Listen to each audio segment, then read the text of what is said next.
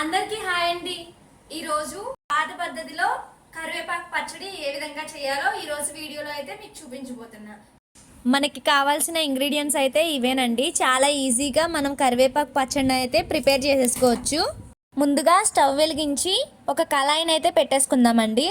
అందులో కొంచెం ఆయిల్ పోసి నేను ఆల్రెడీ ధనియాలు, మెంతులు, జీలకర్ర, ఆవాలు మిక్స్ చేసేసానండి. సో మొత్తం మిక్స్ చేసి నేను అందులో అయితే వేస్తున్నాను. వీటిని లో ఫ్లేమ్లో పెట్టి నేను వేయించేస్తున్నానండి. బాగా వేయించాలన్నమాట. ఆ తర్వాత మనం ముందుగా కట్ చేసి పెట్టుకున్న ఎండుమిరపకాయలను అయితే ఇందులో వేసేసుకోవాలండి. ఈ మిశ్రమాన్ని దోరగా వేయించాలండి. కలర్ చూసారా ఎలా చేంజ్ అయిందో? ఈ విధంగా కలర్ చేంజ్ అయ్యాక ఒక బౌల్లోకి అయితే తీసుకోవాలి మనం. మళ్ళీ ఇదే కళాయిలో ఆయిల్ పోసి ఇందులోనే కరివేపాకు అనేది వేసేసుకోవాలండి. మనం కరివేపాకు మొత్తం చిట్పట్లాడిపోతుందండి. మనం కరివేపాకుని డైరెక్ట్గా తీసుకోవడం వల్ల చాలా బెనిఫిట్స్ అయితే ఉన్నాయండి. మన హెయిర్ గ్రోత్ కూడా చాలా బాగుంటుంది. అలానే ఆకలి వేయదు కదా పిల్లలకి, సో ఆకలి కూడా బాగా వేస్తుంది అనమాట ఈ కరివేపాకుతో చేసిన పచ్చడిని అయితే పెట్టడం వల్ల. ఈ కరివేపాకుని అయితే మనం బాగా వేయించేసుకోవాలండి. దాని పక్కనే చిన్న మూకుడిని పెట్టేసుకొని అందులో వాటర్ పోసి స్టవ్ అయితే వెలిగించేసుకుంటున్నానండి నేను. ఈ వాటర్ బాగా హీట్ అవ్వాలండి. అందులోనే చింతపండు అలాగే కొద్దిగా ఉప్పు అయితే వేస్తున్నానండి. ఉల్లిపాయల్లో కానీ కూరగాయల్లో కానీ తొందరగా మగ్గడానికి ఫస్ట్ ఉప్పు వేస్తాం కదండి, అలానే చింతపండులో కూడా వేయడం వల్ల ఇంకా ఫాస్ట్గా అయితే ఈ చింతపండు మగ్గిపోద్ది అనమాట. మేము ఇంట్లో ఎప్పుడు రాక్ సాల్ట్నే యూస్ చేస్తామండి. దాన్ని స్పెషల్గా తీసుకొస్తారనమాట మా అమ్మ వాళ్ళు మార్కెట్ నుంచి. దాన్ని బాగా ఎండబెట్టేసి మిక్సీ పట్టేసి స్టోర్ చేసుకుంటామండి ఒక డబ్బాలో. మేము ఎప్పుడూ దాన్నే యూజ్ చేస్తామన్నమాట.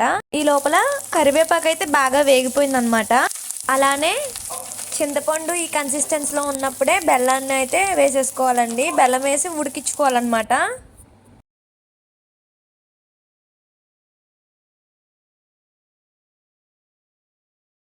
ఈ కరివేపాకులో ఇందాక కలిపి పెట్టుకున్న ఎండుమిర్చి, పోపులు ఇవన్నీ దీంట్లో వేసేయాలండి.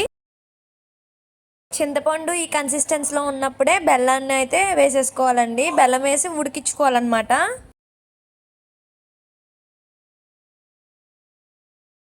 చింతపండు అయితే బాగా మగ్గిపోయిందండి.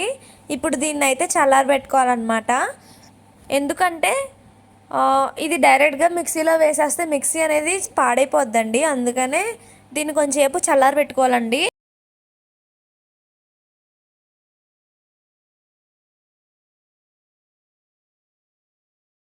ఇప్పుడు మనం ముందుగా ప్రిపేర్ చేసుకున్న కరివేపాకు, ఎండుమిర్చి ఇవన్నీ మిక్సీ జార్లో వేసేసుకొని అందులో కొద్దిగా సాల్ట్ వేసుకొని మిక్సీ అనేది పట్టేసుకోవాలండి.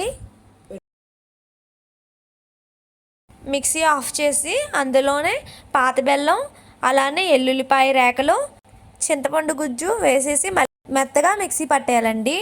మేము ఇంట్లో ఎప్పుడు పాత బెల్లమే యూస్ చేస్తామండి. అది చాలా హెల్త్కి మంచిదండి, లేడీస్కి కూడా చాలా మంచిది. ఒక్కసారి కనుక మీరు ఈ పచ్చడిని అయితే టేస్ట్ చేశారంటే అసలు మళ్ళీ వదలరండి, అంత బాగుంటుంది. ఒక్కసారన్నా ఇంట్లో ట్రై చేయండి. నేనైతే ఒక బాక్స్లోకి అయితే తీసుకున్నాను, గాజు బాక్స్లోకి. మేము ఒక 10 రోజులు కానీ పచ్చడిని ప్రిపేర్ చేసుకుంటామండి. కానీ మాకు 2 డేస్లో పచ్చడి అయితే అయిపోద్ది. ఎందుకంటే మా ఇంట్లో అంత ఇష్టంగా తింటారనమాట ఈ పచ్చడిని. నా వీడియో నచ్చితే లైక్ చేయండి, షేర్ చేయండి. నా వీడియో చూసేది కొత్త వాళ్ళు అయితే నా ఛానల్ని సబ్స్క్రైబ్ చేయండి. నెక్స్ట్ వీడియోలో మళ్ళీ కలుద్దాం. బాయ్.